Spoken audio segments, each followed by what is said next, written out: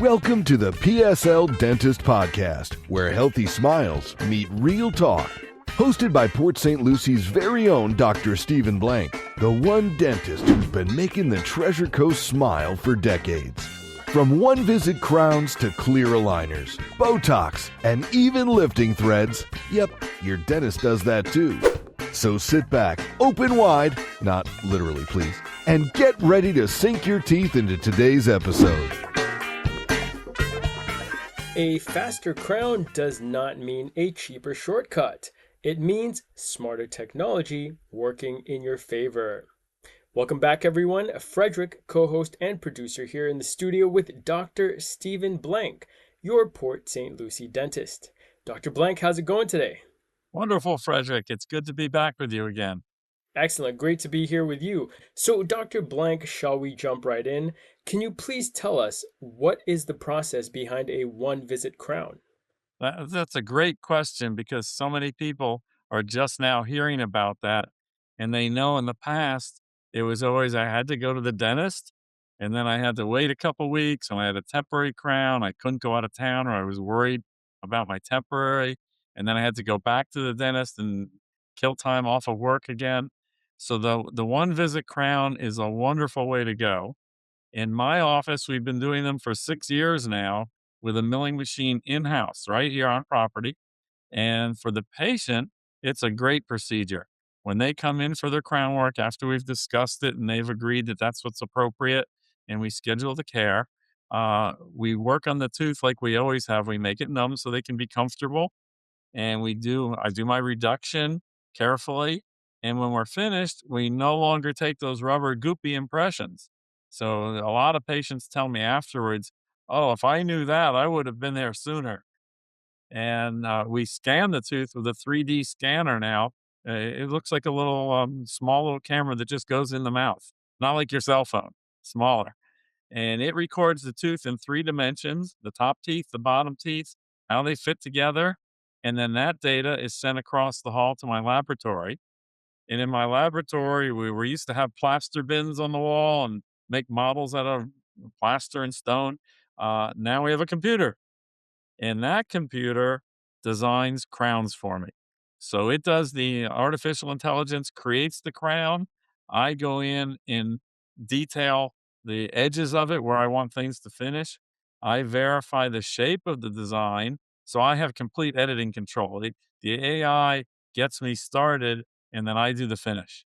And when I get it where I like the way it looks, the function, the size of the contacts, how one tooth touches another tooth, where the floss goes, I get all that lined up and then I send it to the mill.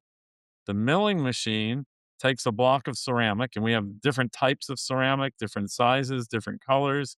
And it buzzes away the ceramic for about 35 minutes. And when it's finished, the part that's remaining is the crown. It's as simple as that.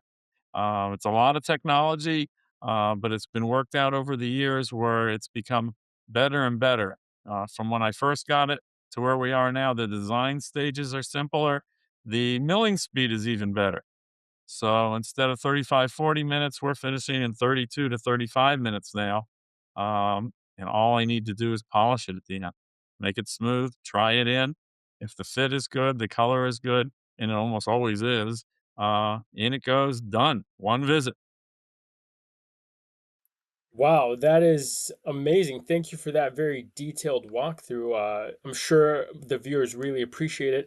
So, if you can just go a little bit more in depth into this, how does digital scanning replace the old school impression trays that patients used to dread? Well, there's a lot of benefits on that. First, the old impression trays themselves were 2 or 3 sizes and they fit everybody. Well, not really. They mostly fit. They might bump into your gums a little here or there, the top of your mouth, under your tongue. They were a little cumbersome, and we don't like using them if we don't have to. So now, gone. We don't do those at all. The scanner is much more is smaller, more comfortable rounded edges.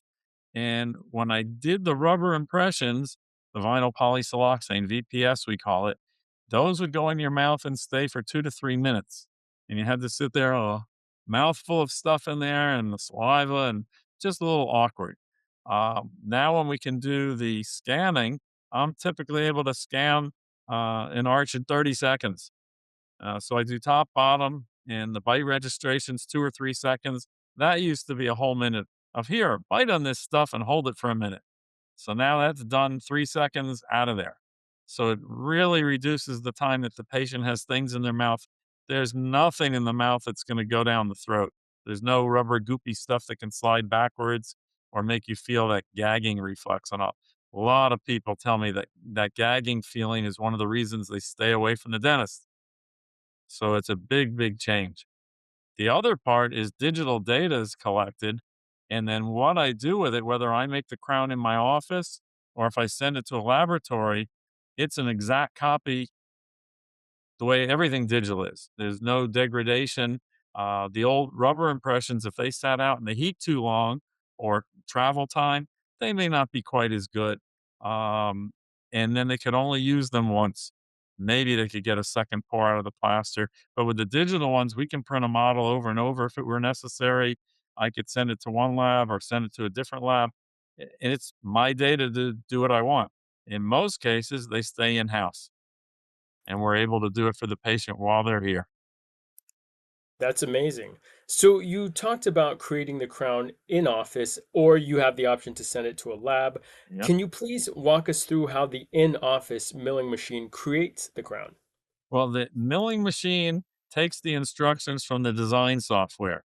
It has the design all finished up. We create the crown, how the little bumps on the top are, the grooves, everything about the anatomy that we want, the stuff we learned our first year in dental school.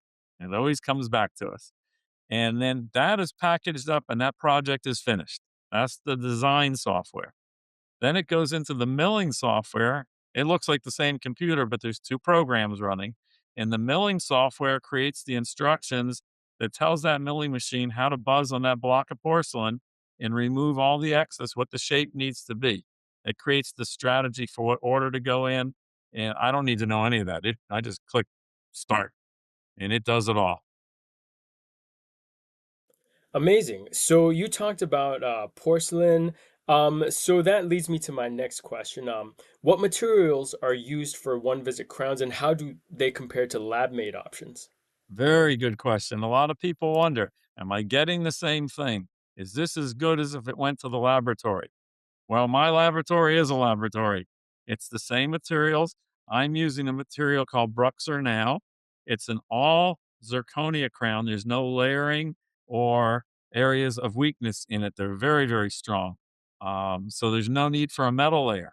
The old crowns that we did for years, and I did a ton of them, were porcelain baked over metal, but it was a different type of porcelain. There was a little bit more porous, a little bit more rough on the surface. It felt good the day you got it, but as you chewed on it and wore it, they weren't quite as shiny later on. The zirconia crowns hold their luster and shine very well, and I tell patients you can eat rocks, but your tooth across from that one might not be so happy. But my crown's going to hold up well. Um, but that's not the only material we use. I have lithium silicate crowns. Uh, and we well, that's a different material when we want to bond to the tooth instead of cement to the tooth. And those are good not just for crowns, but if we want to make veneers, we can make something that just covers the front and gets cemented to the front of the tooth or bonded to the front of the tooth without as much tooth reduction. So there's different materials for different purposes. I have resin reinforced ceramic crowns, and we call those camouflage.